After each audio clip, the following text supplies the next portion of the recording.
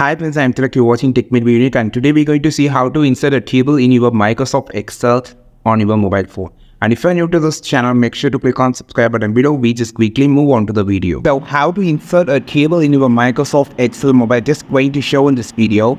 So to insert the table, first of all, you just need to select the table size. For example, if you just needed 3 into 3, you can click on this and just extend to 3 into 3. If I just needed 4 into 4, just extend this to 4 into 4 like this. So you just want to select first, okay? Then you just click on this arrow section. Now just change the home section to the insert option. Now you will see an option called table. Click on this. You can see the table has been created.